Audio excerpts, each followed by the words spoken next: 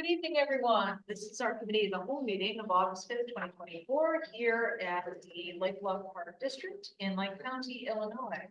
Can I get a roll call, please? We have Mark online. No. Okay. No, she's not in the Zoom.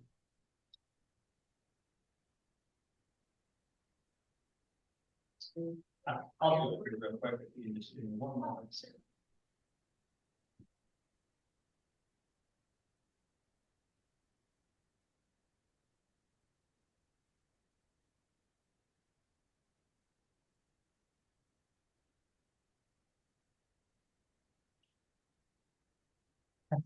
I knew what to say.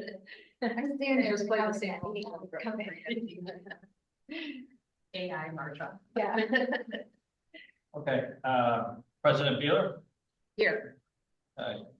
Commissioner Lane, Here. Commissioner Greenfield, here. Commissioner Reader, Here. Commissioner Raymore, and Commissioner Wall, Here. Commissioner Weber. Can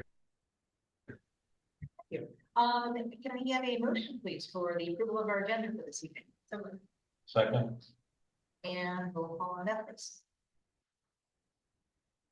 Commissioner Lane, Yeah. Commissioner Greenfield. Yes. Commissioner Reader, Yes. Commissioner Wall. Yes. Commissioner Weber. Yes. President Beeler. Yes. Next on our agenda is the statement of visitors. This permits anyone who would like to address the board on any matter that is going to be on our agenda for this evening, or is not in front of us on our agenda for tonight. We have up to 3 minutes to be able to address the board. So if anyone who's in attendance right now would like to get this opportunity to do so. Okay, seeing as none at this point, Jeff, is there anybody online who would like to make a statement to the board? Nobody is on Zoom. Thank you. Thank you. All right, next up is verbal communications, president's report. I'm very pleased that we are in the tail end of our application. Well, I should say not close to, but getting close to the tail end of our application for the Knollwood Park. We had great attendance at the first meeting. A lot of community members came out, a lot of children came out and placed their votes on behalf of their parents, so that was fun to see. And tonight we continue on with this progress. So hopefully we are a good fit once again for the OSLAD grant for this year. Next up then, we'll go right into our new business, which is the Knollwood Parks Project, OSLAD grant with discussion. Yes, I'll start us off. Thank you for that introduction. I agree. I think we were attending the meeting that night as well. I think we got 25 or 30 residents and on site. We did a presentation, which I think was really good for when you consider, this is a small neighborhood park. It's not one of your large community parks. Although in talking to some of the staff from Upland, they were saying actually the smaller neighborhood parks are the ones that bring out more residents in every community because they're concerned about the park that's in their backyard. So we received 166 responses, both from the folks that were there and online. So I really think that's fantastic response and input.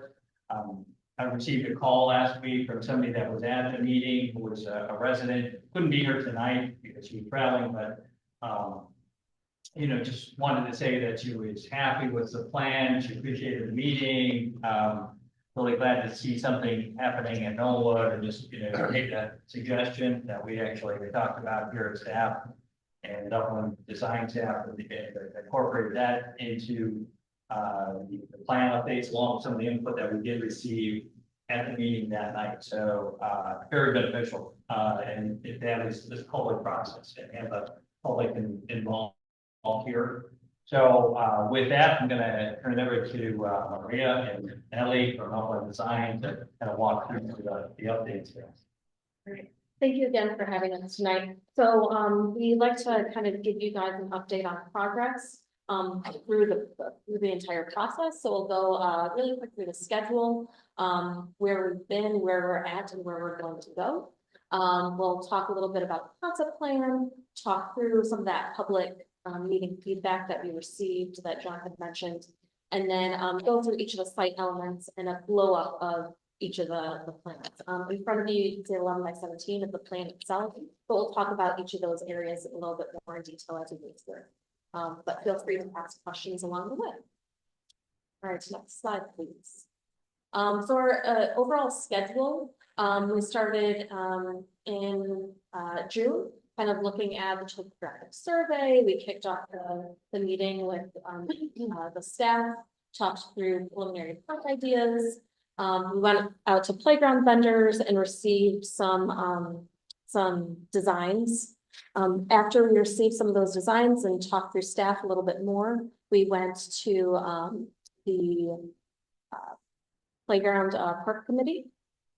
Went through all the designs, narrowed that down to 3 options, refined the plan a little bit more, and then went to the public open house. From there, as John mentioned, we received about 25 to 30 people attend in person, and an additional total of 166 received responses online. So very good input for a size of project like this. That further helped refine the design. We talked to staff again, both John and Jim, and here we are tonight to kind of get you up to speed on where we're at with the plan. After tonight, our goal is to finalize, create the master plan, finalize the cost estimates, and then have the board review and resolution approval at the August board meeting, at the next August board meeting. That kind of kicks us off into our OSLAG document preparation. We're already kind of working on that in the background. Some of the pieces that we know, like deeds, plats, things like that are given.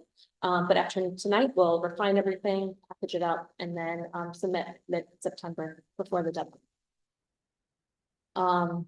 Similarly to Blair Park, that for the pool last year, it's a similar kind of schedule, and that's what we've been sharing with the public as well. We anticipate award, or if awarded, that would be notified in early 2025, with contracts and all of that with the state of Illinois, mid 2025, and then we need to go through the whole construction document process. So really, depending on your approval, we'll get this hopefully built in 2026. All right, here's the concept plan, and we'll talk through that a little bit more in detail.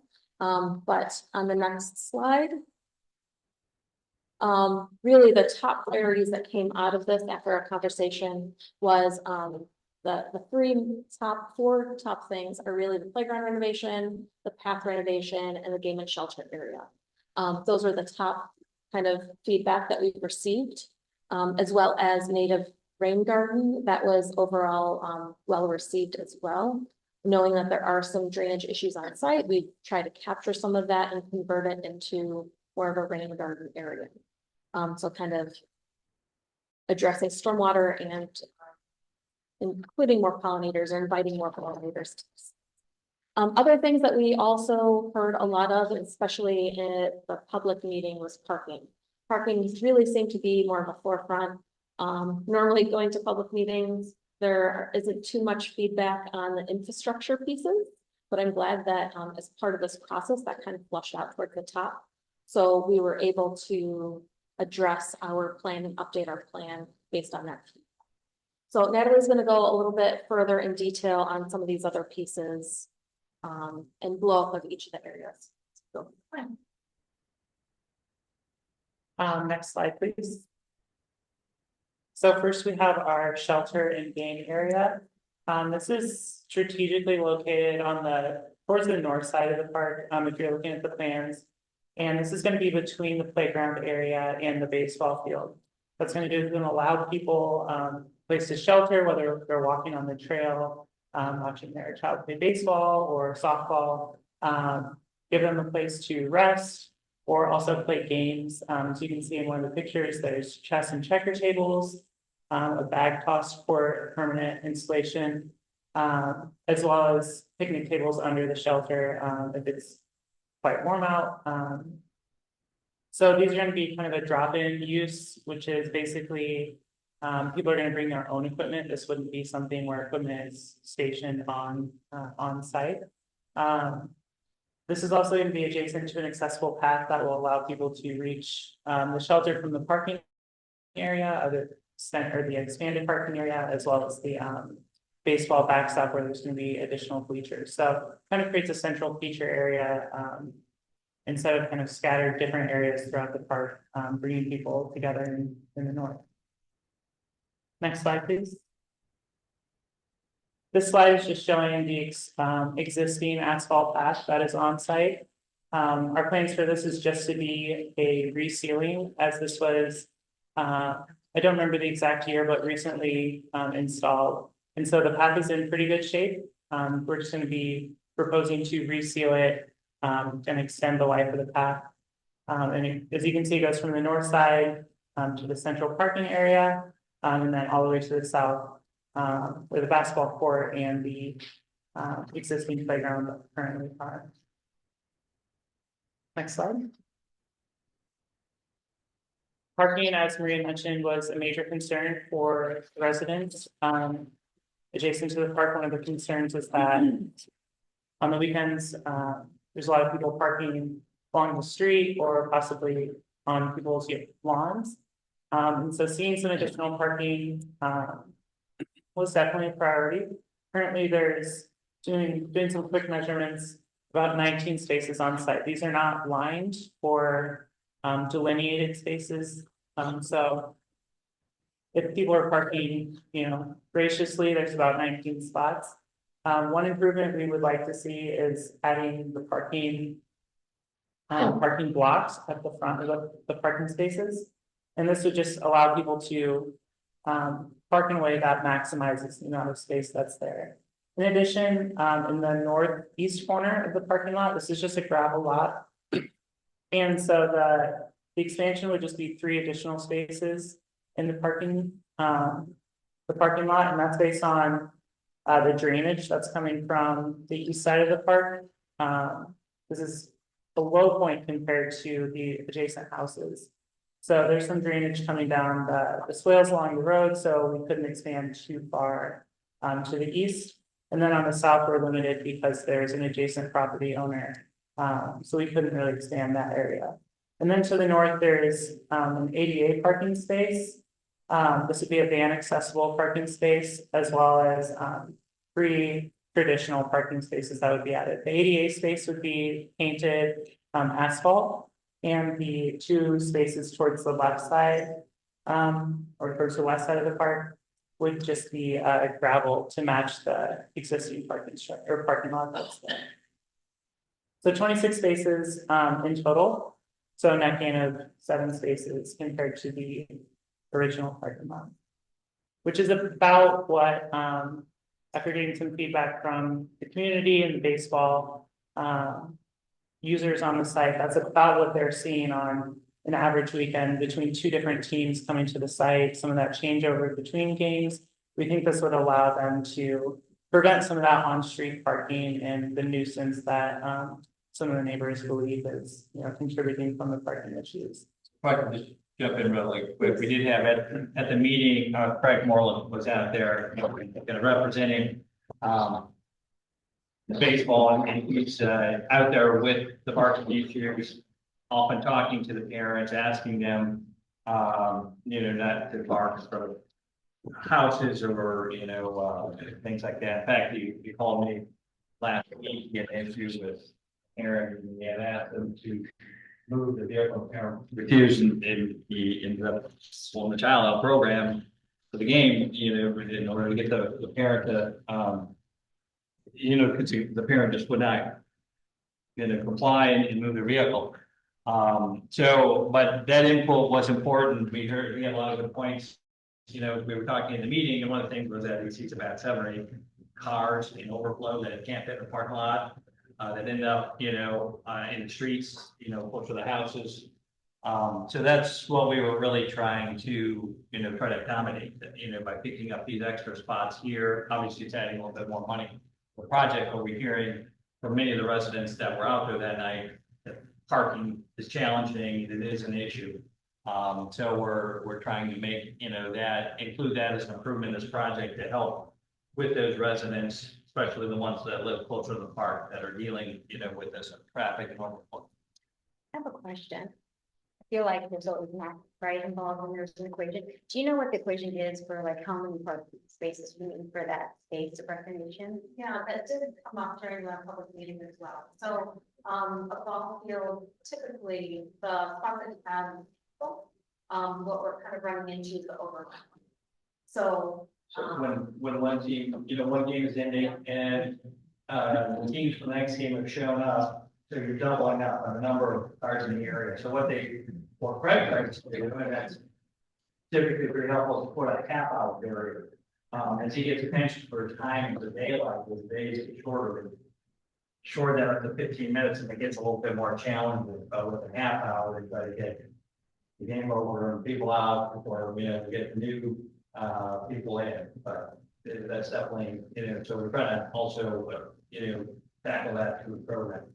And as you said, all it takes is one person with an oversized vehicle to not park within, and there really aren't well delineated lines. There's not at all, there's no parking buffers, and there's no lines, it's kind of a free for all. Yeah. So you get some that will park pretty tight and orderly, and then some that will come into an angle and take up about 3 spots, so that's one of the things we're looking, at least with parking bumpers. It's still gravel, but, I think we can make the parking maybe a little bit more orderly. No, it just looks like, I mean, I've seen that there's like a particular equation, like based on the square footage and different, like amenities that you have, here you have the basketball, have the thing, like just adding those all up, just to make sure we have the appropriate space amount based on like specific.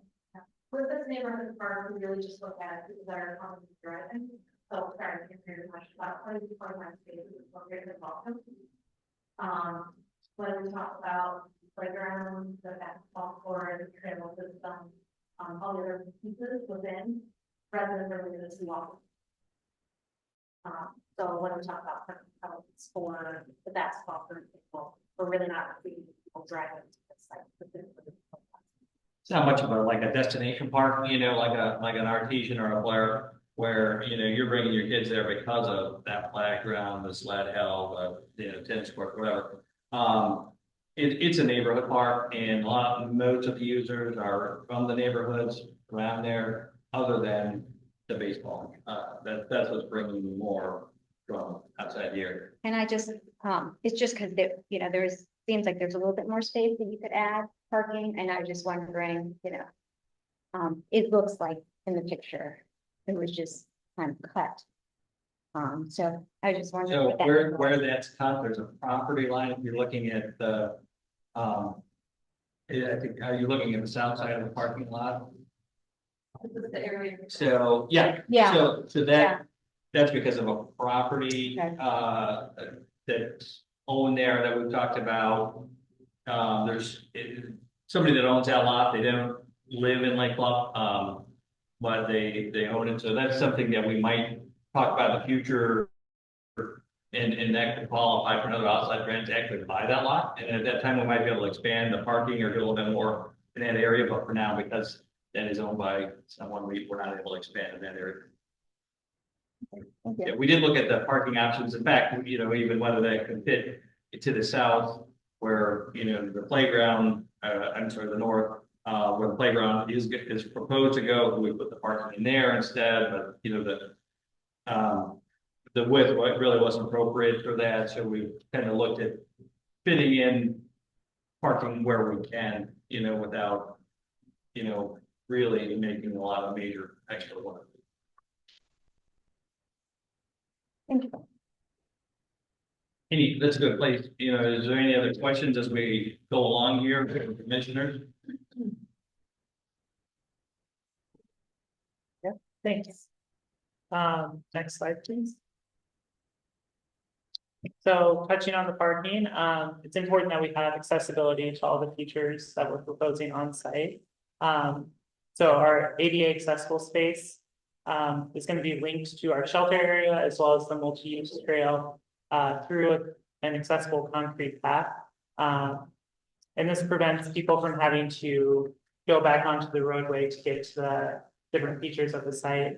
So this is going to be linked to the backstop where the bleachers are. If someone's going to spectate a sports game, as well as get to the shelter area if they're wanting to sit in the shade or play some of the games that are there. And picnic tables and game tables that will be accessible features as well for people who need that. And I would just add that, you know, we came up with this concept of adding those stalls there with a, you know, there's a ditch there, so it's gonna be a box stall there, and filling that in and leveling that out. But this was, a suggestion from Parks and Beach Committee member Russell. So we appreciate that input. That's really helping, you know, the project. I think it makes sense. It helps us find those couple of extra spots that we can fit in. And I think the ADA is really, putting that ADA spot there is very important. Absolutely. Next slide.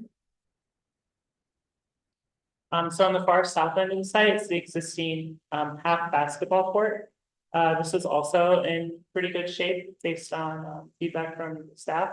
And so this is again just going to be resealed and maintained and extended its useful life. The existing hoop and net there are in good shape as well. So we're just going to maintain that area, repaint the lines on the court. So yeah, just improving what's there, but building off of existing facilities. In addition, we're proposing a bike rack to be near that basketball site. There's already a concrete pad along the path, and it seems like a perfect place for people riding their bikes from the neighborhood to stop and station their bikes there while they're playing basketball. And it's just a small half court. Also on this slide, you can see the playground area. This is originally there were 2 playground areas on the site, or there still are actually. And so this area we're proposing to transition to a native prairie area. And we'll talk about that on another slide a little bit further down. And the only thing I would add for the basketball, talking about adding a bench as well. So be adding a bike rack and a bench. That was some of the feedback that we received from a resident, that there's no bench for mom or dad that said watch their child or children play basketball. So that was, again, good feedback that came out of that meeting. Yeah, what that also does is allows someone to take a rest at the southern portion of the site instead of having to walk all the way to the north end to get to one of the benches or seating areas. Next slide. So again, here's the native prairie area that we talked about, as well as the rain garden. So the northern portion outlined in red, that would be the rain garden area. And if you've been out to the site, this is a portion that has some standing water, just wet soil, some drainage issues there. And what's happening is basically the grade is running, the high side is on the east side and it's running to the west side. So water is collecting in this area already. In addition, there is discharge from the street that runs into this area, as well as from the backyard. Everything is kind of graded towards the park, and that side of the neighborhood at least. So this rain garden will provide some stormwater storage capacity, as well as some infiltration to let some of that water hang out for a minute before it gets introduced into the stormwater system. And there's also a nearby connection to the stormwater infrastructure there as well. The southern portion would be a drier native installation, so more like prairie, wildflower area. These would be shorter grasses, so not something super tall that you would see in a natural area, but something low profile type of prairie.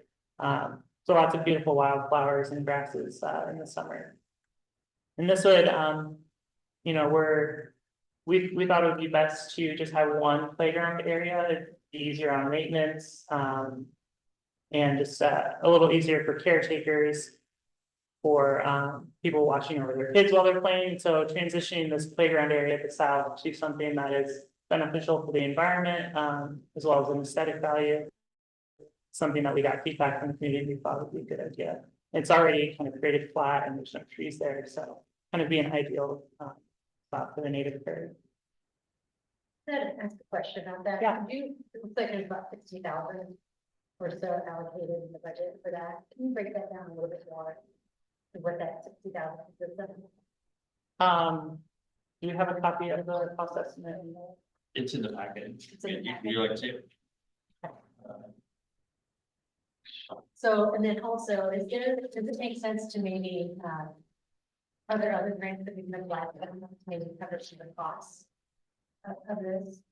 John, or maybe even like, work with the budget or something like that? So, it's page 15. For the end. Where's the end? Yeah. Get page one. Yeah. Of, and that's both rain garden and then interpret signage. Okay. So I did reach out to, Labola to start that conversation. So we have kind of a mixed group that's doing the native garden and artesian now, which is working out pretty well, but it's like, it's not Labola that's doing that. It's, it's some garden club, book club, different group there that's, kind of taking that on, that Raymore has really been involved with. I've talked to her, and, also Michelle from, Labola about the possibility of doing that. So a little hesitant with the transition. Michelle's leaving full time, maybe she'll still be working remotely, but she's moving. A little hesitant to just say yes and take something on, but we started a conversation to see if that's a possibility to do, and if not, then it would be putting in something that staff would be taking care of. So, I said if we're not able to work that out with one of these groups, then we would be, putting in something that our staff would maintain. She might be the for startup costs. yeah, Oh, the startup cost? Yeah, I could go through that a little bit. Sure. So when we go through cost estimates, we kind of like to go in a little bit more detail. We know that the rain garden specifically, we're gonna have to, excavate some of that area and tie it into some of that stormwater, structure that's nearby. So those are some of the costs that are associated with that. Also, there's an interpretive sign component. So as part of the grant itself, it is beneficial to include some kind of educational component. And it's also good for residents to kind of learn about the area in general. So that's associated in that cost. And then as far as our lawn restoration, rain garden, seed and plugs, and native prairie line items, we kind of have mapped off to the side of square footages of what you see on the plan, and then break it down per acre. And right now, for installation by a contractor, and these are all by contractor costs, it's about $6,500 per acre. That's what we've been seeing in the market right now. So yes, it seems like a lot, but then it slowly starts adding up with the infrastructure, the piping and the square footages. Because we are in grant phase, we also want to make sure that we have a contingency on our estimates, because we know, unfortunately, costs are continuing to rise. So we want to absorb that later on and it not be a surprise later. And then certainly going through construction documents and permitting, that is also a cost later on as well. So we try and keep these costs a little bit more inclusive, but unfortunately they add up. And then if we were awarded this grant, this, DASA, full grant, it's a 50-50, match. So we would be getting, half of the funds for this from the state. And we pay the rest. speaking of, we have, in our capital budget for 2025 to replace one of the playgrounds there for the 125. 170, for just for playground. We had a total of about $235,000 worth of items on the capital replacement plan, that we were already planning to do in the coming years, that we're able to do in this project. Accelerating everything, as you recall, or we have to take that and just board to vote, say that we have the funds to be able to complete this project. So this is taking capital expenditures in the future, moving them all up as, as we get on. If we can work this grant. Thanks. Great. Next slide, please.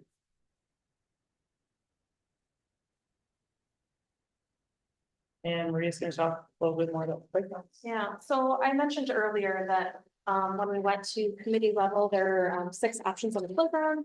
We narrowed that down to 3 and took that to the public, and then got more feedback on that as well, and narrowed it down to 1. I'd like to go through the 3 playground options that were presented to the public. As we move further through the project. So, next slide, please.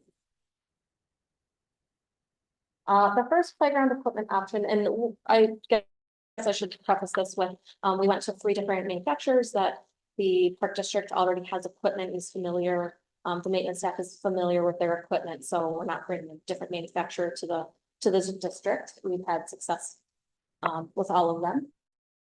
But each of the concepts have a swing area, a 2 to 5 area, 2 to 5 age group area, 5 to 12 age group appropriate area, and then some accessory structures. So this one, option 1, have the swings are 2 belt swings, a top swing, and an ADA accessible swing that offers that back support. The 2 to 5 structure area, and I'm just gonna, are you gonna still be able to hear me if I move over there? You can speak up a little bit. Okay. All right, let me know if I'm too quiet. I think it's just easier to point to the point. So we have our 2 belts, our accessible feet, and then our top feet for swing. Our 2 to 5 structure is probably a little bit of this area, a climber and a slide. A little bit smaller area in the concept because this concept has a little bit more robust in the 5 to 12 area structure. So here we have multiple various ways to get up to the structure itself. We have our highest point here that you can slide down up to different slides. You can see the reverse view on this corner here. We have some under deck play underneath, so capturing some of that area that is sometimes utilized for additional panels and climbing structures to get through. And then our smaller deck for those children that aren't ready for that higher deck, they still have an option to go down that slide over here. So various different ways. We did talk a little bit about theming during the committee meeting. Unfortunately, to get to the public meeting, we're able to revise the both theming structure. But if this was going to move forward, we made that adjustment based on feedback that we were heard. Additional independent pieces that are in the concept is a single seat spinner that we're offered a little bit of back support as well, so we can to transfer into for accessibility, and then our groups well for laying and sitting and all. All right, next slide will take us into option number 2. From our second manufacturer, again, you can see 2 belt swings, a top swing, and a accessible swing. Our 2 to 5 structure is a little bit larger on this one, so kind of giving different options to the public, getting feedback from them on what they prefer, and quite honestly, what the children are in the neighborhood. They know best. So offering very different options of what that could be. This one is a little bit more robust in 2 to 5 structure, various different climbers and slides. This one also is starting to encompass a little bit of a climb to pod to kind of like a circular pattern or circuit.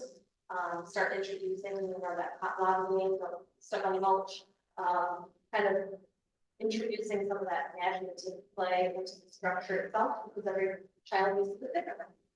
On our larger 5 to 12 structure, you can see we have our top deck over here that offers 1 slide. We have our middle deck that is a double slide or dual slide, and then our lower deck throughout start seeing different ways to get up. We are accessible transfer station to get up to the various decks and our panels. And right on that deck, also see different climber options and very popular monkey bars.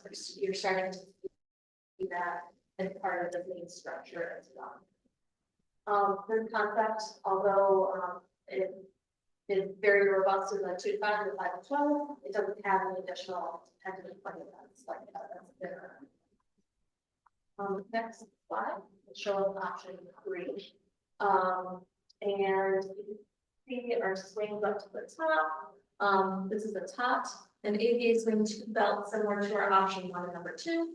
And this one also introduces a friendship or what they call friendships. more or less a peer-to-peer swing or parents to child, either or, that they can swing together and be a little bit more engaging than a small group. Our 2 to 5 structure is right here, where we have more of a level deck that offers various ways to slide by our double slide and our single slide off to the side here, and various challenge of climbing up to the deck itself. So we have more of a climber with a chain that goes to this deck, and on the reverse view, you can see more of a sturdy climber to get up to that deck. So depending on the child and their ability, they have options to get up to those decks. You can also see up to the side from our transfer station, various panels and wheels and start getting up. Our 5 to 12 structure, you can see in the middle here is our transfer station that gets up to our mid deck. You choose to go left, you can cross that bridge and get up to a slide and a climber here. That slide is portion over here on the reverse view. And that will take you to cephalopods and what they call a boogie board. In this picture here, you can kind of see this child is standing, but you don't have to. That is also a really dynamic piece that you can also sit on your belly or sit with a friend. You don't necessarily need to stand if you're not looking for it. We're trying to incorporate some of those pieces as kids age and develop their skills and do the same thing, but multiple different ways. From the stairs, if you were to go right, you can climb up to our top deck where we have a double slide here and then a single slide in this reverse view, as well as this jig jet climber that is a little bit more challenging if we don't want to take the stair out. Independent event on this one is our stand-up small group spin. So you can 2 or 3 children at one time can stand and spin, and then a single seat. So from our public feedback, the next slide. Drum roll, please. Option 3 was selected. From our 159 respondents that answered this question, almost 50% and 40% chose not to. Go to the next slide. And this is the option again. Full width. I know I just kind of hit on highlight of right now, but I would just say I've purchased a lot of landscape structure equipment. It's really well built. It's powder coated. It's platinum between plastic and steel. These last for for 20 years or more. They're very well built, and they're excellent. Also, for customer service, as far as getting parts, replacement parts for their equipment. I know that we've had some cases here with other playgrounds, we've been waiting 6 months, to get parts to try to fix something. So, I think this will be a very good playground that's going to last for a long time, 20 to 25 years. So were there any material cost differences between the 3 options? That's a great question. So when we went out for RFP on the playground equipment, we gave them a set number based off of the overall budget. So when we were looking through all the concepts, it's apples to apples as far as cost. It was just up to them to come up with the best that they could with the budget. Great. Next slide. I believe that's the overall concept as we kind of walked through the site. Like I had mentioned earlier, we are still on track, but before we finalize it, I definitely would like to get more feedback.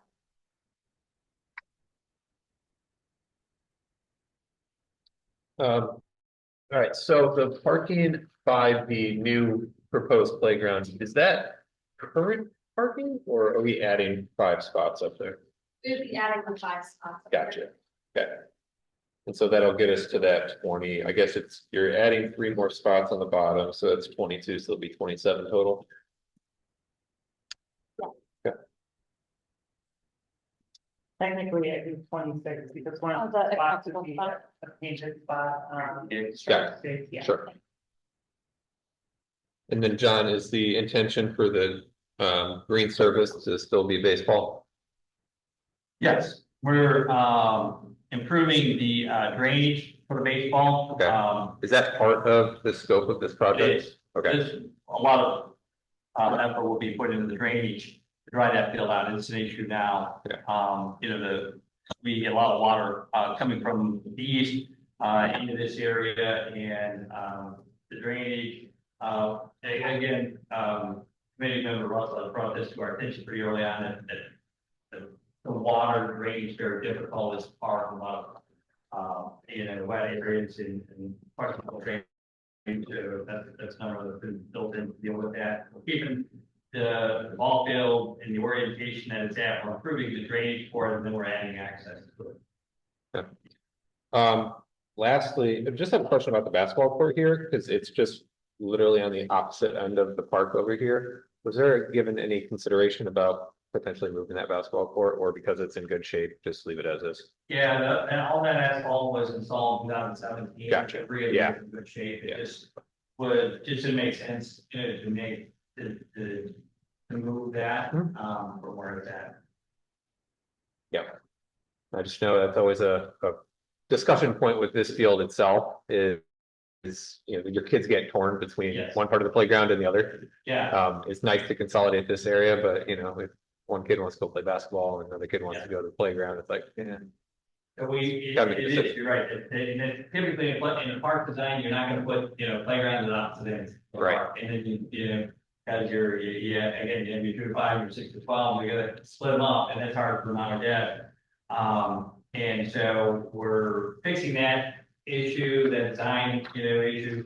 And a lot of residents actually like it because they've grown up and they're used to it because they're able to walk there and run back and forth. But but it is not something that's typical in a park design. So we're putting the playground together, and it is true that in basketball being far, south end there, a little bit further away, but there's not really any space for that. Sure. Makes sense.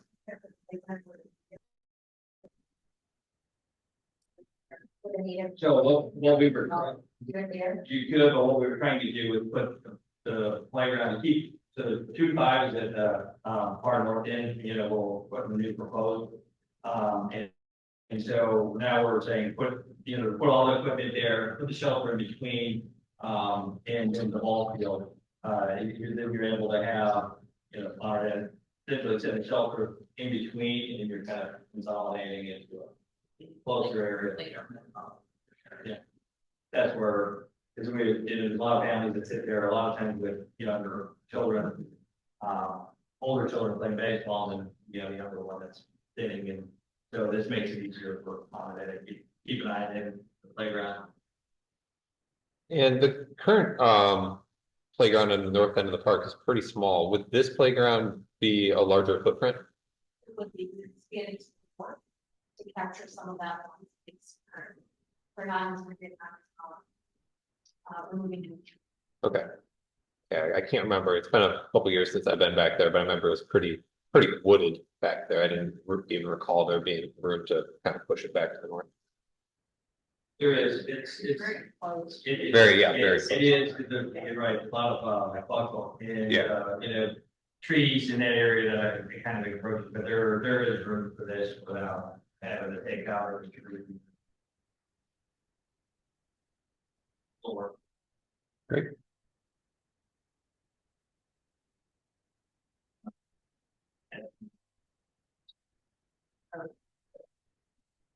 No, if you it's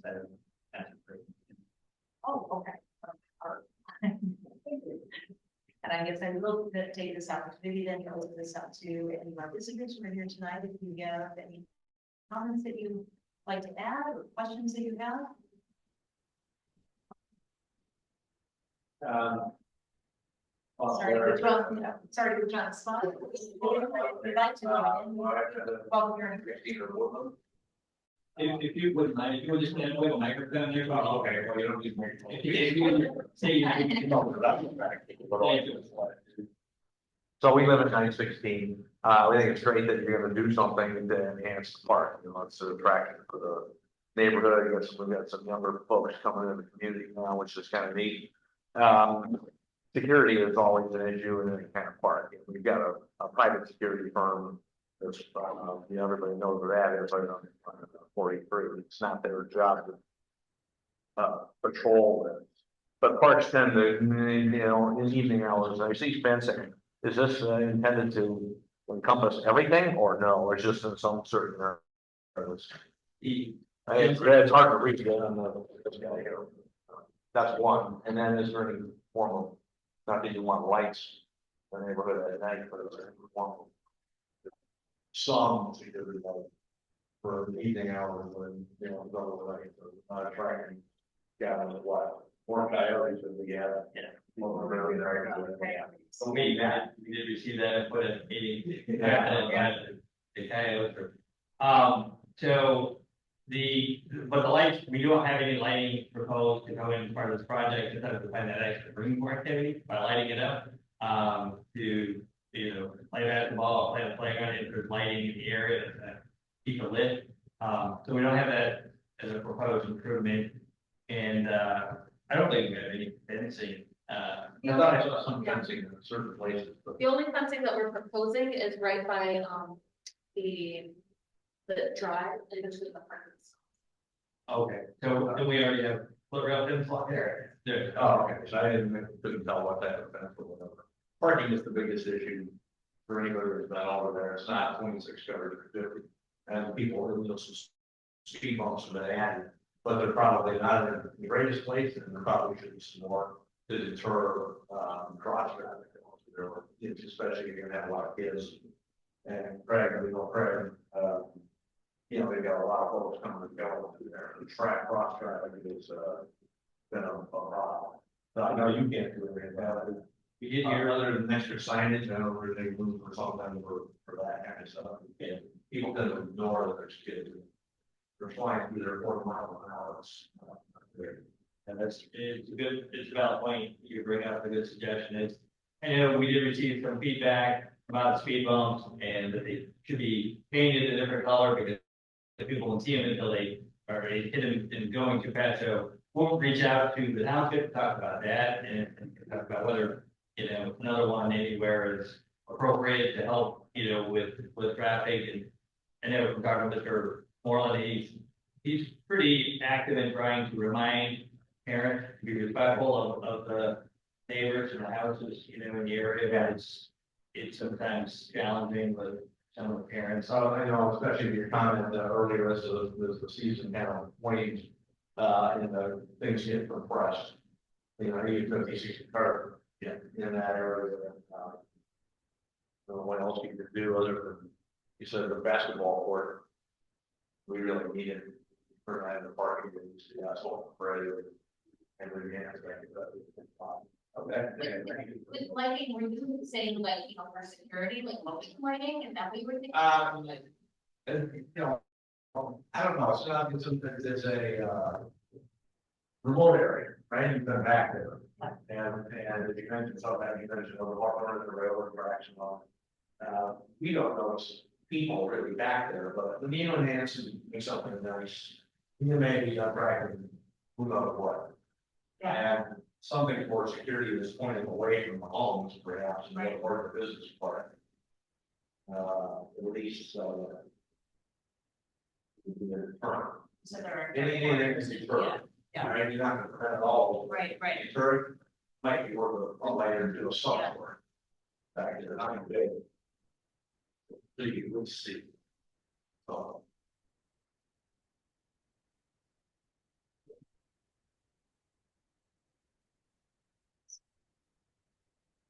They're on the way. I talked about you thank you, we appreciate that input. Thank you. Okay, anything else? Nope, sorry. We do have a timetable and it's right in your, schedule, as Katie doing. So what happens now is we, approve this at our April 19th board meeting. Okay.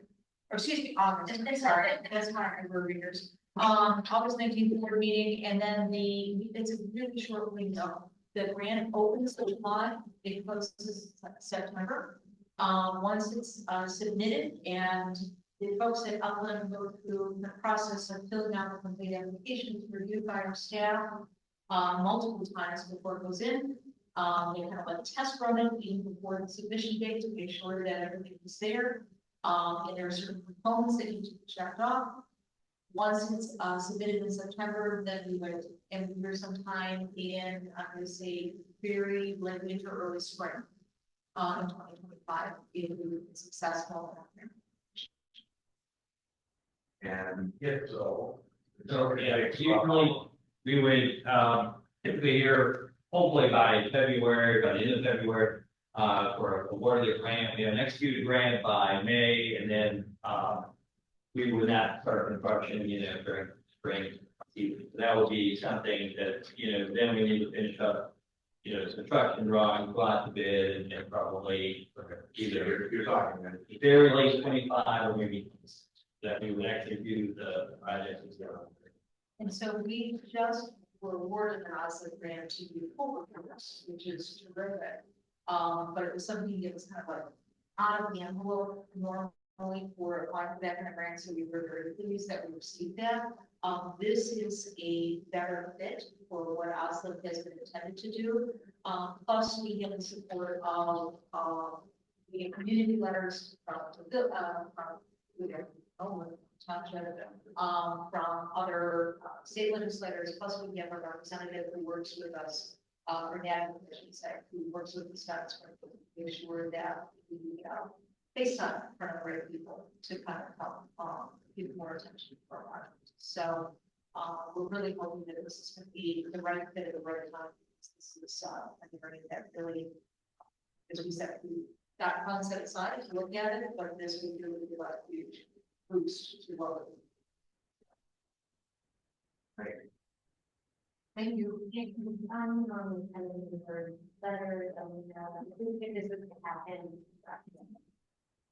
Yeah, a bit better idea of timelines, which in that letter, what they can expect. Yeah.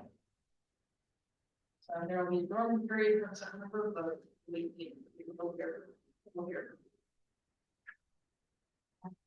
Wonderful. Thank you very much. It's good to know that, there was such a heavy vote until for that particular. Thank you for that. Thank you. Thank you very much. Thanks.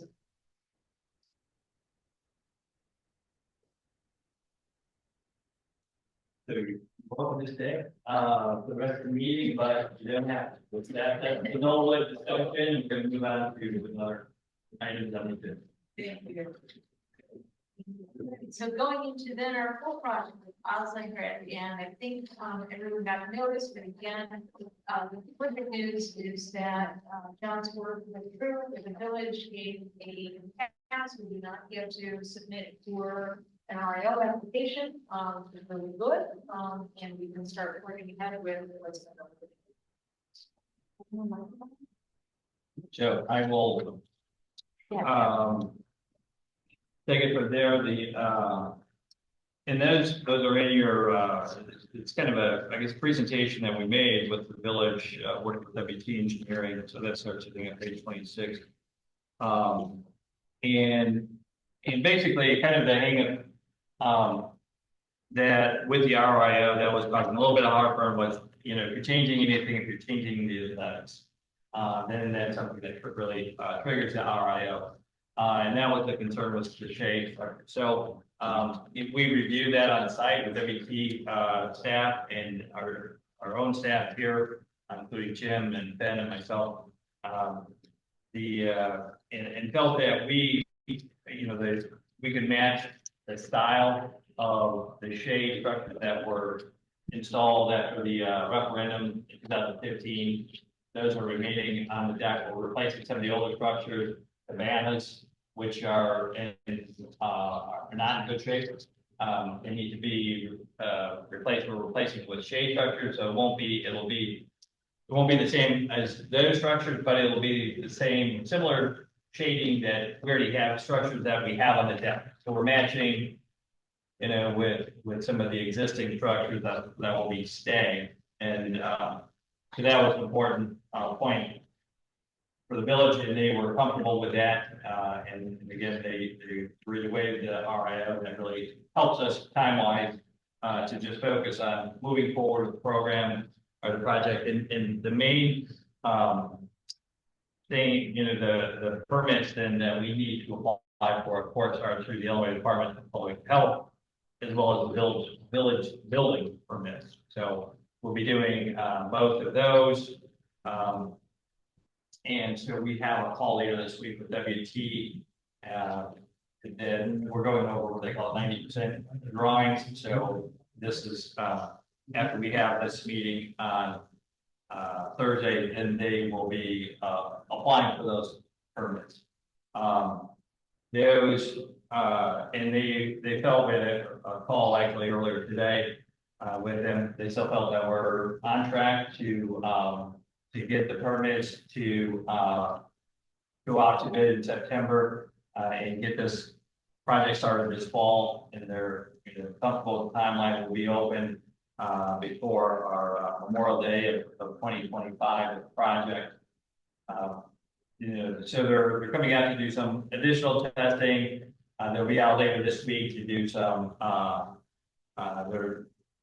do some camera work, TV, you know, videotaping of the lines, the sewer lines that they need to see, and that's why we're right now. The estimate is looking like it's going to come in definitely comfortably under the $2.7 million estimate that, you know, was developed last year. 2.7. 2.7 million. What did I say? 27. Oh. Those, what are you 2.7. So it's looking like it's, you know, right now it's comfortably under that number. We're hesitant to share till we get a little bit further along to the finish line and design work stage here, because like the sewer work, it's a sewer that runs into the building, and so if there's a lot of trouble with that, they have to abandon that and put in a new sewer. They don't like to run anything under a building, so they will reroute it. They, you know, could add, from what they said today, $50,000 to $70,000 a project. Even with that, we're still very comfortably under the $2.7 million number. So those are just some of the kind of the things that we're working through and fine tuning. They're doing some additional testing again, and video camera to help decipher that and decide. But right now they're feeling comfortable with where we're at, and then we're still on target for this project and getting it open on time. So that would mean that we're starting to break ground ready after the closing season.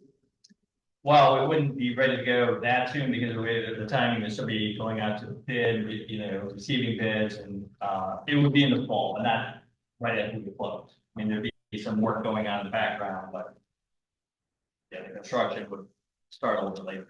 When are they thinking we'll have it ready for bid? Be ready for bid. Yeah, the proposal to set, to get it. Early September, go out to bid, and it's like a 2-week process. And so when you said 90%, they're ready for, that's what I'm assuming here, that we're just talking. Yeah, about? 90% finished with, First the bid. yes, for what's going to be. But that, well, not for bid yet at this point, but this is the 90%. This is finishing to go out for permits. We Okay, have to apply for those, and you can go out for bid even before you get those permits. Okay. The only thing is, something comes back that's changed in the permitting process, then you may have to do a change order if you've already gone out to bid. so you're doing permits first and then the bid. Yes. Just to keep everyone up on the board here, John and I have a call tomorrow with someone from Spirit Financial, would be our bond advisor, came recommended through our finance consultant that we've been working with. So we had a finance meeting 2 weeks ago. This was one of the topics. So, you know, just trying to find the right mix of reserves and debt to finance this appropriately. I will revert back when I know more.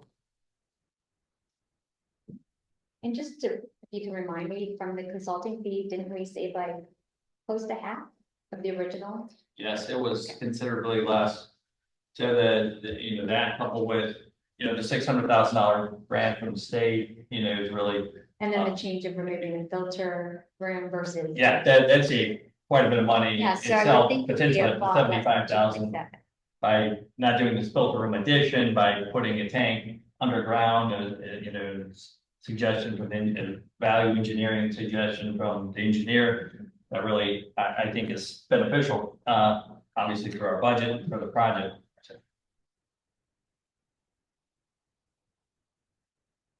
So with the breakdown of costs, we'll get that, you think, by our board meeting? Yes, So that would be great. That's- we'll have more accurate, I'm hoping to have that ready to share. Yeah. Well, It's a little concerned on my side. well, with our facilities and program committee meeting that's coming up on Thursday, I know that Chair Lane was looking for, you know, that the cost. So we're gonna try to see how much, you know, if we're ready this year. We're hoping to have some pretty good information by that meeting, but then definitely should have it ready for the board meeting. Anybody? This is really sort of very pleased, and thank you again to staff for how quickly you're moving ahead on this. Pickleball court update. There's a perspective. And put it in your packet, and we discussed this at our last meeting as well. That the proposal back to the village based on their sound study. Was to take artesian courts.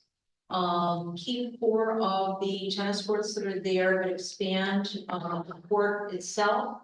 To include 4 permanent pickleball courts and sound mitigation to be installed there. They would then bring this to Thunder, their sound study expert, to do a model of how the sound would emanate from the courts using this. But having 4 and 4 would work well with programming. In terms of tennis league, in terms of play over there, as well as pickleball play and instruction over artesian. So last we heard We did get that back at the end of the week, from, Drew had forwarded the, response or kind of updated study from, Thunder regarding this, rendering, and, it looks like his, you know, initial remarks are showing that that would actually work very well, as proposed. And again, we have, President Charlotte's letter, that there's the possibility of $100,000 grant. So we'll continue our conversations with the village based on what we hear back from them, and again, hearing back from the sound modeling. The next PCZBA meeting is 21st. Thank you. 7 p.m. Okay, 21st, and so we're anticipating that we did ask last time to have information at least 10 days in advance, if we do need to consult with our own sound engineer to be able to look at this appropriately and be able to prepare for the 21st. But that would be the next time we have to discuss this. I just remember the, one of the concerns about having pickleball at Artesia was parking. Has that been discussed or addressed? And the village understands that, Okay. but that's not, it would, well, we keep using the term destination. And we see this as a lot of usage with local folks. It's not gonna draw like the course does, because we're getting 4 courts versus 6 or 8. So the village is aware. It's bikers and walkers rather than drivers going to this, is the notion of 4 courts versus 6. And I know that Drew did bring it up, last week, again, the concern about parking.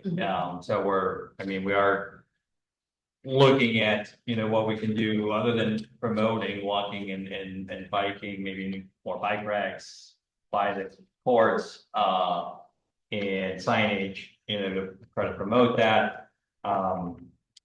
Right now we have, you know, we're not expanding much over there. So we have, with the 5 tennis courts, 2 are used for the 4 temporary pickleball and then 3 tennis. So when we go to 4 tennis and 4 pickleball, it's not much of an increase as far as the number of people that might be there at one time. But there's no doubt about parking is a challenge, and it's going to be a part of the conversation with the PCTBA members too, as we try to work through this process. Yeah, I looked it up because that does concern me. And there is an equation for parking, and especially for tennis, it's pretty easy. For each tennis court or pickleball court, you should have at least 4 to 6 extra parking spaces. If we're adding 2 more courts, we should have at least minimum 3 more parking spaces of what we have there. So. Yeah, that's So right now, because I counted, there's 29 parking spots, and I believe there's 2 or 3 ADA of those, and then a lot of them are used for village overflow. So not only is that used for tennis, baseball, playground, and the village. Yeah. So that really needs to be figured out, is the parking issue. the village owns part of that lot, so that's, Yeah, and Of there's course, why they parking. park, some of their vehicles there, There was, when I counted, there was about 6 village yeah. That's vehicles there. right. The middle school parking lots are used for overflow quite a bit when you're looking at baseball games or softball games.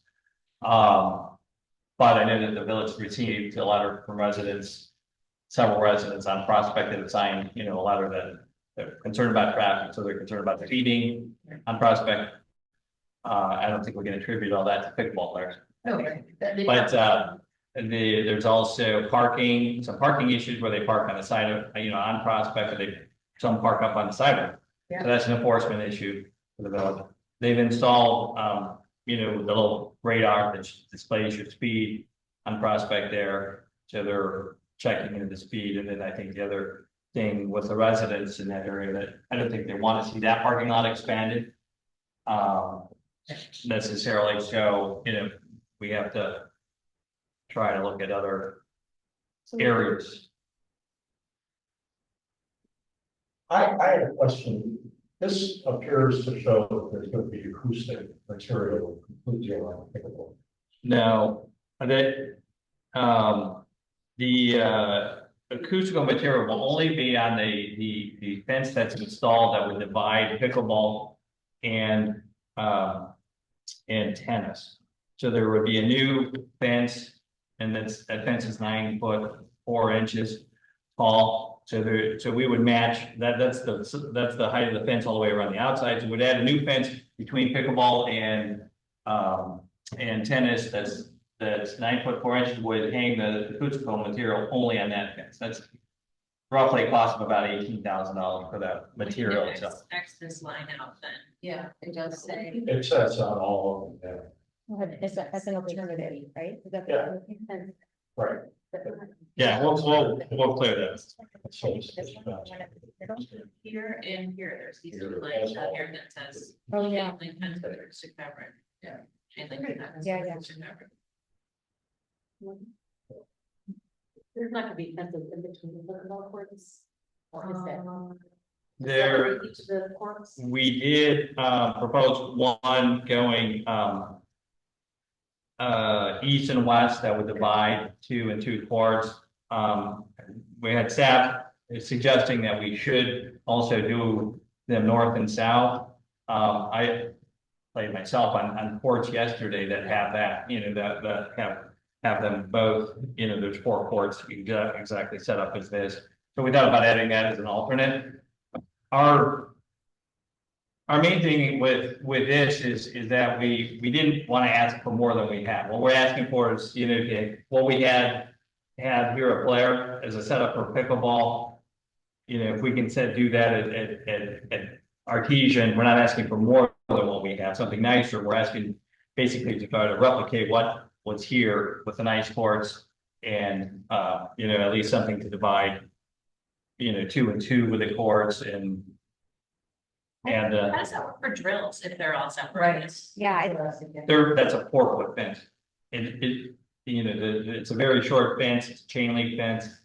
And then there's It doesn't show it here, but like the ones that played out yesterday, there's an opening right where they intersect, so you can go into any court. Okay. So it's just to prevent balls from happening? Yes, that's all it is. It Got it. prevents. You're talking about like moving amongst the courts. That's what stops play a lot of times, and ball rolling out of the court, or it's a danger Yep. when there's someone else playing in the next Yep. court over. It's a permanent chain link fence. Yes, from the 4-foot chain link fence. We didn't have that here, So we had here, we had the just the tennis. tennis, we left the tennis net as And the that's it. dividing, Yeah, yeah, just 2 and 2. right. So is that what you're recommending here? I'm sorry. No, this would actually be a fence, since we're not gonna do the tennis there, it's not gonna be lined for tennis, it was putting in actual fence instead of a tennis net. In both, Cause that would be probably the same to install posts and the net, for versus the 4-foot chain link fence. So that's typically done like a month side. A lot of the newer designs, I know in like Lake Forest, they just did, they have 8 courts, but they did chain link between dividing 2 and 2 and 2 and 2. did they have them set like this, 2 and 2 across, or is it just all next to each other, straight row? Those are in a straight row, right? But I think there's a divider. I think there's dividers. In Divider between them, with but some they're all seating, just one, yeah. one, right? They are gonna. I think it's a good design. There, I think there's a divider after 2 of these are words, so they do get the divider this way because they have shade areas in between. But I think there's a divider between some courts, because you roll as a roll. There's only, 2 courts that are touched, that aren't divided by something else. So there's a total of 8, but there's only 2 that are. Now, is there like a backup, like just having the 2 tennis courts at the end, just have pickleball lines as like plan B? Well, at this point, I think the primary concern was the sound for the bottom with the 4 courts. So if we have to wait to hear from their expert where this falls and then make decisions. Okay, because If yeah, you're instead talking of going, about reducing the number of pickleball. yes, it would be less noise and it would be an option. You would still have some pickleball courts, but it would be less players, less traffic as an option. But then we get into, there are 2 courts to give the ability to do the program. Yeah. And so regulated with the law. So, as we said, this was, interesting development from the village with their expert, and so that's how we developed, and in talking to folks from the village, this is.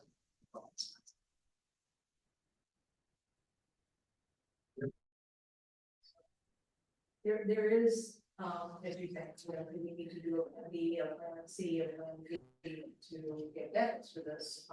This is hopefully not. Yeah, hopefully this will achieve what, and we have the position of being closer to the Sharon Road, achieve what, we would hope to follow.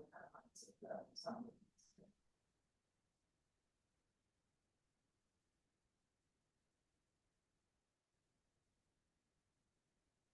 For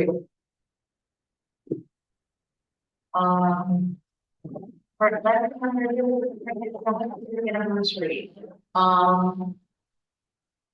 thank you to John and Jim. It just shows again that we still have words. Had a very good meeting with them. I also got with John first to talk about what the friends would be able to look at and do for 2025.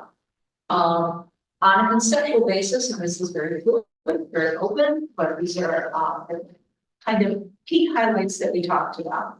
2025 is going to be a great year because we have the pool that's completely open up, but it will be looking at the pool opening in May. doing some sort of appreciation day with a grand reopening of the pool. That's usually the day that we have the residents and John and Lois to jump in if my notes are not flushed out completely. But like the first 100 residents through the door will get some sort of recognition for that pool appreciation day. In June, because the ravine was such a strong excuse me, there were so many people who strongly advocated for giving the ravine, and obviously that's how our park started, having some sort of an educational program, a reintroduction to the ravine. We'll be getting folks there such as Food Miller or Lagola or something to answer questions about ravine health, ravine life, what we'll be doing in the future with our ravine. Looking into July, we do have the 4th of July parade. We are hopefully going to be grand marshals for the 4th of July parade, but to have an event down at the beach.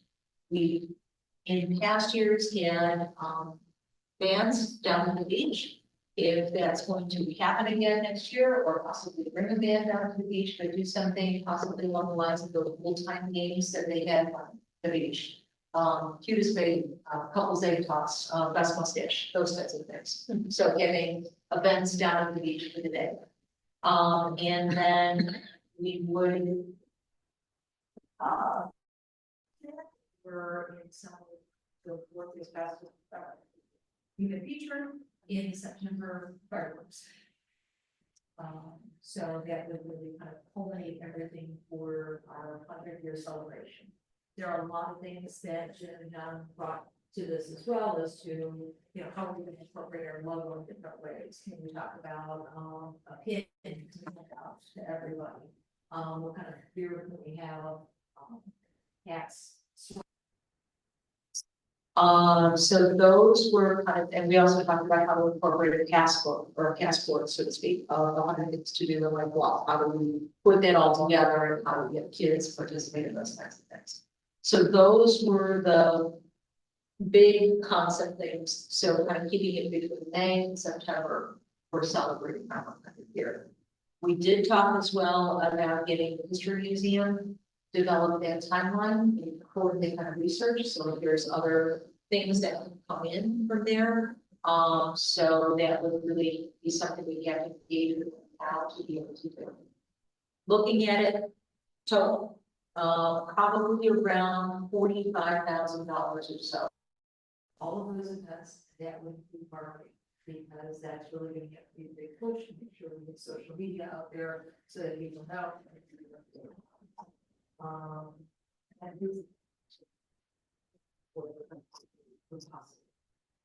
So that's a broad concept. No.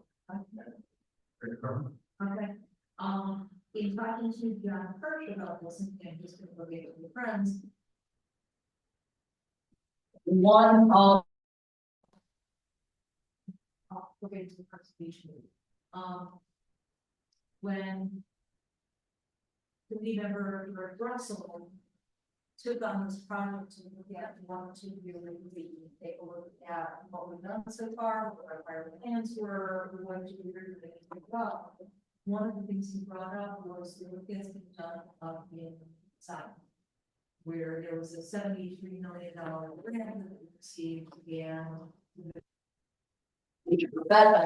but a portion of it was to bring down native plants, bird life, and fish life at some of those revetments.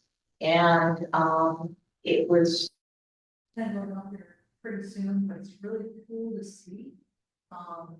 Because you can see those areas, see the revetments that are out there in the water, but you can see from here where the big plantings are, where the bird sanctuaries are. And Tom and John out there, he said, do something such as, people have to look out for it, because obviously we like to put this out, but this would be the north revetment that would be furthest up.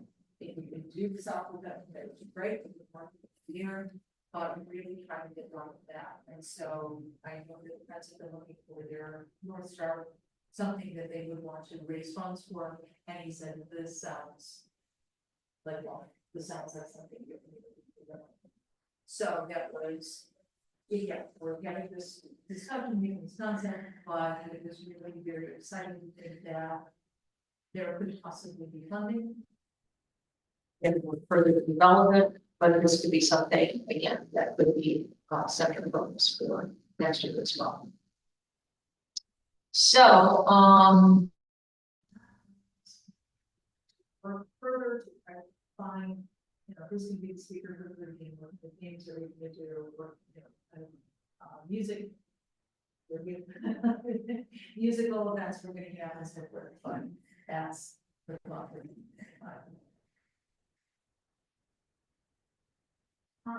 And that's great. I was just thinking, I'm sorry, with the, for the heat, and I think that definitely should be the most popular, and that's really nice.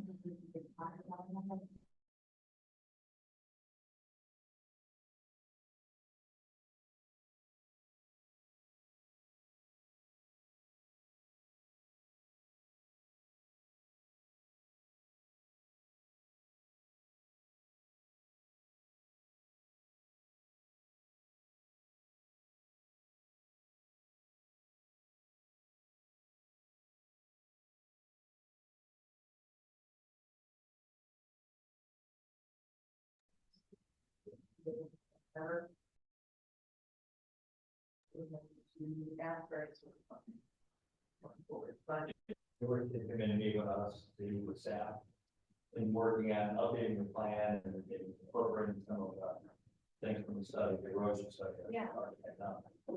In the priorities, because there was a big ad hoc committee that looked at the priority, what was, should be done first, second, third. Yeah, I mean, you see it, like, this. I have, I mean, I have the team, but I've organized, and I'm like, Yeah. there's a lot of work that was put into it, and you should use that and not do that, For sure. And it's helping us, well, once that's updated, that's actually something that's helpful for applying for grants, is having that master plan updated for the beach. And, you know, we're saving quite a bit of money. We have a proposal, actually have a proposal come up on design to do to update the master plan for the beach for us. And, you know, we need to hire, you know, for this small, we're able to do most of it with George and staff and parts of beach and, you know, input from the board. So if you take a look, what they've done design is really interesting. I mean, they've used not just the revetment, but like fallen trees and things like that to encourage fish along the revetment that's up there. You know, I don't know what they get success with so far with like birds, but It's interesting. I drove just to take a look at it. Yeah. And it's nice, and those revetment walls are a little, you know, ways out, and people swim to them. And walk around on it, which is good. If actually had a drowning, they're trying to swim to it, didn't make it, but you know, we wouldn't have it. Our scenario would be closer and I think further out on things. But they did a nice job. Looking at it, the piece was great. And the Georgia, and it's $73 million project, probably less than $2 million was spent on the habitat. The rest is all armor stone, you know, revetments, but you know, and sand. So if that, you know, that habitat and water plants here help, you know, increase the chance of getting, you know, one of those grants, that works. So, but in talking to John, the beach activity that we had in July, would it necessarily be a fundraiser? You know, plans are still very hazy at this point, but we definitely would like that. Each one of the months of the summer, to really commemorate her. This, I think, we're giving the pool, something out of the golf course with in September. And other activities that they carry on, this would be very good. I was gonna say, we have the hour plan, water. Yeah. And this year, and then next year. And on board,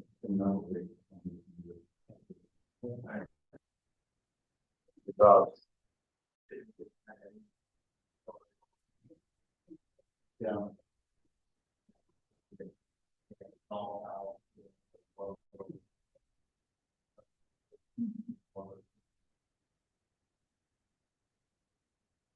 informative event. I started building a little list too, and I know it's not, next year's not the Olympic year, but I was saying like the 100 Olympics or for 100 bingo, you could do 100 yard water swim for kids, 10 times 100 for water swim for adults, 100 laps in the pool, 100 yard paddle, 100 pulls of golf.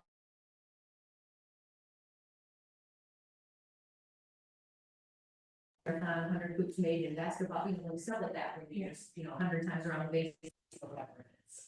Excellent.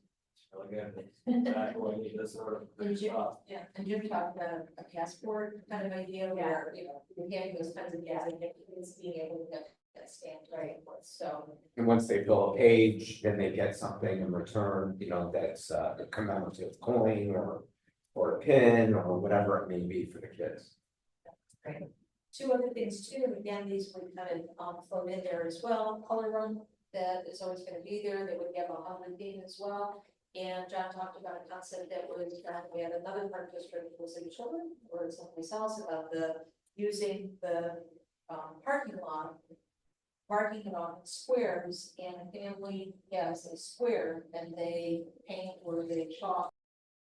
Different color them, so the entire parking lot would be colored in. That is sure. That was a couple of different communities. There was one in, actually the town, I grew up in a small town, they closed off with a second Main Street, it's called Paint the Town. You do a square and the kids can paint, a lot of times in the square with it, anything is filed with paint.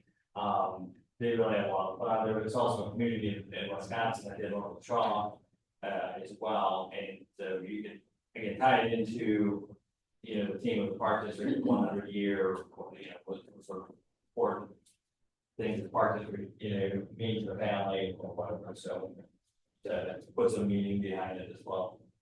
And then we could work with like the artists on the Bluff, you know, hopefully if they were interested in helping the judge and volunteer at the activity. So I gave an overall 45,000 or so. When the village does their celebration, they have sponsors. In talking to John, obviously, they are looking at their color run or some of their other events for sponsors, but they're going to be with the same pool time. So unless there is something who really wants to go out there and bring sponsors, seems not at this point. Because this is some of these costs we could possibly absorb as part of our district for marketing, for events and so forth. Just what happened there. So for, I mean, they have the capacity to see other sponsors. They do. They don't, and because I just from being involved with them, they do go to the same folks, but they don't have to. They don't have to. So, you know. And there are some other folks, you know, if there's contacts with Abbott, Envy, if there's contacts with, you know, there are some private organizations, but again, I have a feeling that they want to start looking at that if we are going to use the Asian development, and that is something that we want to start tackling that way rather or possible. So, I welcome anybody who gives any further thoughts as we continue to develop this, but we'll start refining these ideas and selecting dates for these and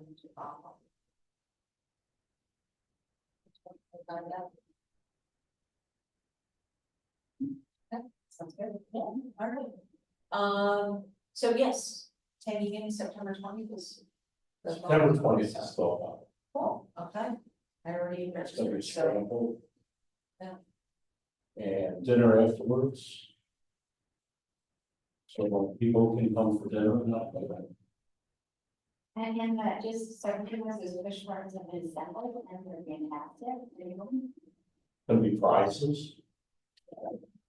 We don't know what they are. But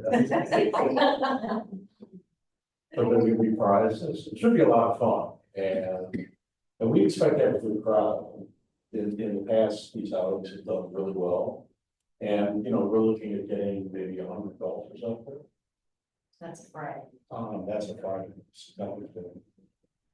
We're gonna have music. And Okay. a buffet. In a lovely sunset. The menu, yeah, well, starts at 1 o'clock, golf starts at 1. I see. So it would normally end about 6, probably the scramble, I think. Maybe a little bit later, depending on how many golfers we have. There will be an open bar.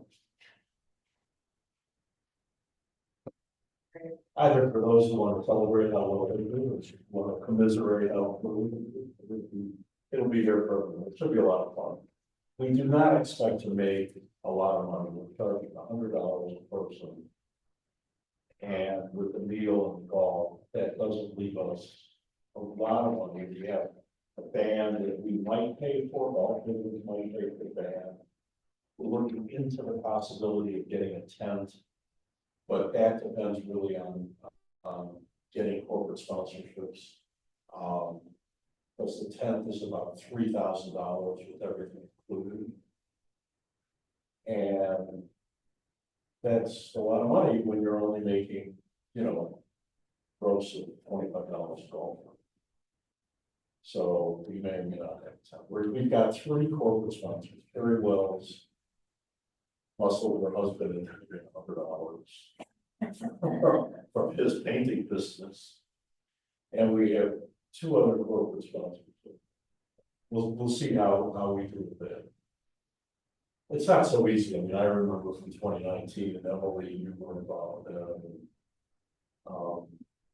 It's getting the corporate sponsors on here is not so easy, but we'll see what we can do. It should be a lot of fun.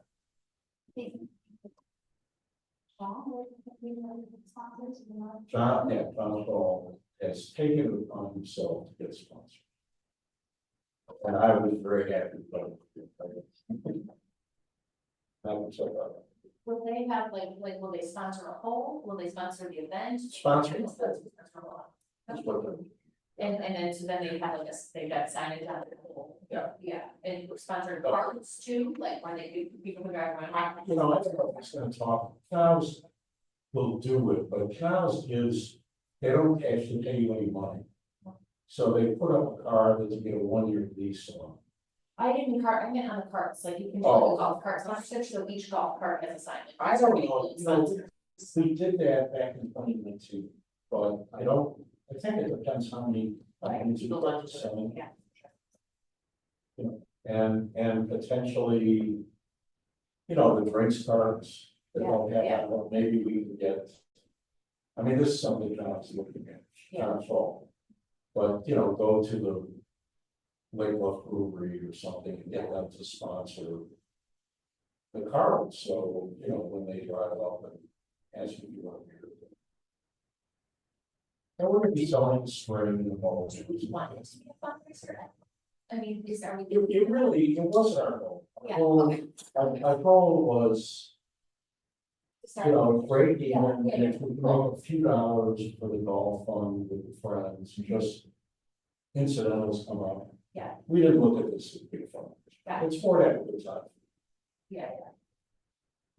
And when you price it at $100 a person, that's, the dinner and golf. That's pretty good. Okay.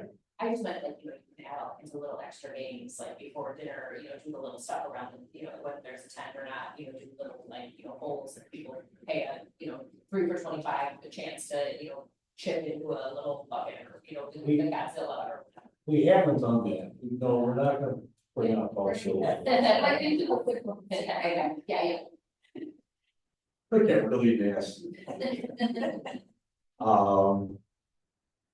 But we'll be selling the string and the mulligans and so on that people. That's right, yeah. So, so we'll make extra money from that, depends. Yeah. Some of it can be so, that's. We found a golf ball on the park the other day, somebody was obviously going the wrong direction, great drive, really great drive. Okay, anything else we have for tonight? That's it, okay, may I have a motion to adjourn? Thanks. And all in favor? Aye. Thank you.